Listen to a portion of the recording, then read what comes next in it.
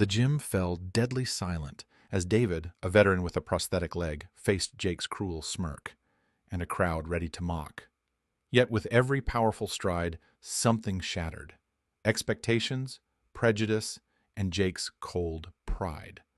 But what happened next will shock even those who thought they'd seen everything. But first, let's go back to the beginning. Jake Reynolds stood by the dumbbell rack, arms crossed, eyes narrowed as he watched David Miller move awkwardly across the gym floor. The clanking of weights, the sharp breaths, and the grunts of effort filled the room, but none of it masked the tension hanging thick in the air. Jake's smirk deepened when David adjusted the prosthetic limb strapped below his knee, a high-tech piece of equipment that gleamed under the fluorescent lights. To Jake, it wasn't an advanced tool, it was a glaring symbol of limitation. "You really think you can handle this?" Jake's voice cut through the ambient noise like a whip. His tone wasn't just dismissive, it was deliberately cruel. "This isn't some charity event, Miller. We push hard here. No slackers." The gym regulars paused their workouts, some shifting uneasily, others snickering behind hands. Jake thrived on this. His authority was absolute, and his mockery was a weapon sharpened over years of reinforcing his own self-image as the unbeatable alpha. To him, David was a threat, not physically, but to the identity Jake had built around toughness and perfect bodies. A man with a prosthetic leg didn't belong here. David's jaw clenched. He had rehearsed responses, but none came easily under Jake's piercing gaze. Sweat dripped down his forehead, not just from exertion, but from the sting of humiliation. Yet beneath that shame simmered a quiet fire. This wasn't the first battle he'd faced, and it wouldn't be the last. The war had taken his leg, but it hadn't taken his will. Jake stepped closer, lowering his voice but making sure the words hit hard. "You might think this is your comeback story, but around here, you're just another liability. Maybe you should find a gym more your speed, one with padded floors and safe spaces." David felt the eyes on him, measuring, judging. But there was no retreat in him, not anymore. "I'm not here to be your pity project," he said, voice steady, cutting through the tension like steel. "I'm here to train, same as anyone else." The room fell into an uneasy silence, broken only by the distant clang of weights hitting the floor. Jake's lips curled into a sneer. He turned away, dismissing David with a wave. "We'll see how long you last." David stayed behind, breathing heavy, muscles trembling, but mind sharper than ever. This gym, this trainer, this environment designed to break him, was now the crucible he'd use to forge something stronger. Not despite the prosthetic, but alongside it.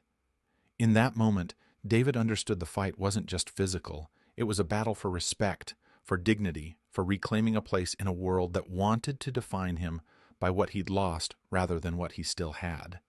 Every mocking word from Jake was a gauntlet thrown down, and David was ready to pick it up. The news of Jake Reynolds' dismissive contempt spread through the local Paralympic community like wildfire, igniting a quiet but fierce indignation beneath their polished exteriors. These athletes weren't just competitors, they were masters of adaptation, living proof that limitations were often illusions born of others' narrow minds. When the story of Jake's scorn reached Tara Hughes, she felt a familiar tightening in her chest, not anger alone, but the cold steel of resolve. Tara had built her reputation not just on speed, but on intellect and unyielding determination. Her wheelchair, sleek and custom-built for sprinting, was as much a part of her as her razor-sharp wit. She knew what it meant to face doubt, to be underestimated by people who saw only the surface. Gathering her closest teammates, a cadre of athletes who had defied expectations time and again, she made the decision to stand with David Miller, a man who embodied their shared fight against invisibility and prejudice. They approached David quietly at first, their presence gentle but unmistakable. Tara's voice held both warmth and steel as she said, "Let's show Jake what real strength looks like." No bravado, just an unspoken pact forged in mutual understanding and shared experience. When the team arrived the following week, It was not with thunderous disruption, but with an unassailable presence that transformed the gym's atmosphere in an instant. One by one, they claimed the space, lifting, pushing, sprinting, and training with a precision that commanded respect. Their movements were fluid yet powerful, their determination palpable in every controlled breath and steady repetition. Gym members who had once chuckled at David now found themselves watching in stunned silence. Tara's teammates shattered every preconception Jake had nurtured about weakness and limitation. The clink of barbells and the thud of medicine balls were underscored by a rhythm of excellence and grit that refused to be ignored. The Paralympians' discipline was a quiet storm, dismantling stereotypes with every exertion of muscle and mind. Jake's scowl deepened each day. His anger burned hotter, but beneath it churned a creeping confusion. This was not weakness. This was not charity. It was raw, unyielding power molded by adversity, a kind of strength that transcended mere physicality. The rigid world he had built, one measured in flawless limbs and brute force, began to fracture under the weight of undeniable proof.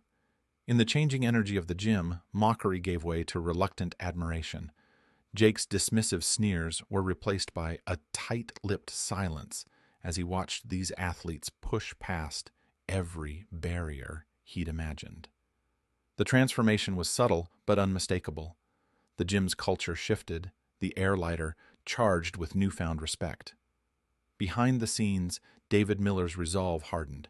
He trained with a ferocity born from this unexpected alliance, each drop of sweat a testament to his refusal to be defined by past wounds or others' judgments. The Paralympic team's example ignited a flame within him, not just of physical strength, but of identity reclaimed. Every repetition, every sprint, every measured breath carried the weight of his journey. The gym was no longer a place of ridicule. It was a crucible for redemption, a battleground where he would wrest back his dignity piece by piece. Here, surrounded by warriors forged in different fires, David began to glimpse a future where his story was no longer about loss, but about triumph. The Open Community Fitness event was a crucible, a stage where years of struggle, scorn, and silent determination converged into a single moment charged with meaning. The gym's fluorescent lights cast a harsh glow over the crowd gathered in uneven rows, a mix of curious onlookers, skeptical regulars, and those who had come seeking inspiration. At the center, David Miller stood, poised with a quiet intensity that betrayed nothing of the months spent wrestling with self-doubt and the sting of mockery. Beside him, Tara Hughes and the rest of the Paralympic team stretched, their presence an unspoken declaration that this was no ordinary demonstration. The opening movement began with David's prosthetic foot striking the ground, a mechanical rhythm synchronized with a heartbeat that was deeply human. Every stride was a testament to precision and power, a dance of man and machine honed by relentless hours of practice. He moved not as a man carrying a burden, but as one who had reclaimed his body from the shadow of loss, transforming limitation into fluid grace. His legs, one flesh and bone, the other crafted from carbon fiber and metal, carved arcs of defiance across the polished floor, each step echoing a story of resilience. Around him, the Paralympic team flanked his path, their movements a symphony of athleticism and will. Tara's wheelchair glided forward with the velocity of a bullet, her arms driving the wheels with fierce precision.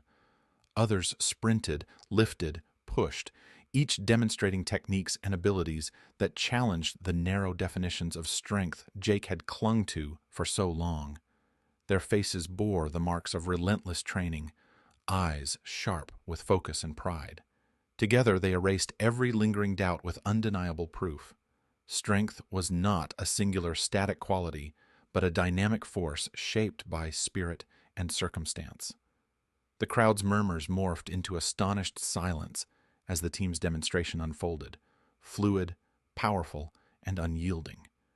Then, as David crossed the makeshift finish line, the room erupted into applause. It was not the polite clapping of obligation, but a raw, heartfelt ovation that swelled in volume and passion. People who had once scoffed now found themselves caught in the surge of respect, their judgments dismantled by the undeniable spectacle of human endurance. From the sidelines, Jake Reynolds watched with clenched fists and a jaw tightened against a storm of emotions. Pride, bruised and battered, fought against a grudging respect taking root beneath the surface. The walls of his rigid worldview cracked as he witnessed the transformation before him, not just of David and the team, but of his own understanding. When the demonstration ended, Jake stepped forward, his movements hesitant but sincere. Extending his hand to David was an act more profound than any speech, a silent admission of error and a gesture toward redemption. "I was wrong," Jake said quietly, his voice rough but honest. "You and your team, you showed me what strength really means." David's smile was a release, a light piercing through months of shadowed struggle. "Strength isn't just about muscles, Jake," he replied, voice steady. "It's about heart, and sometimes fighting the hardest battles."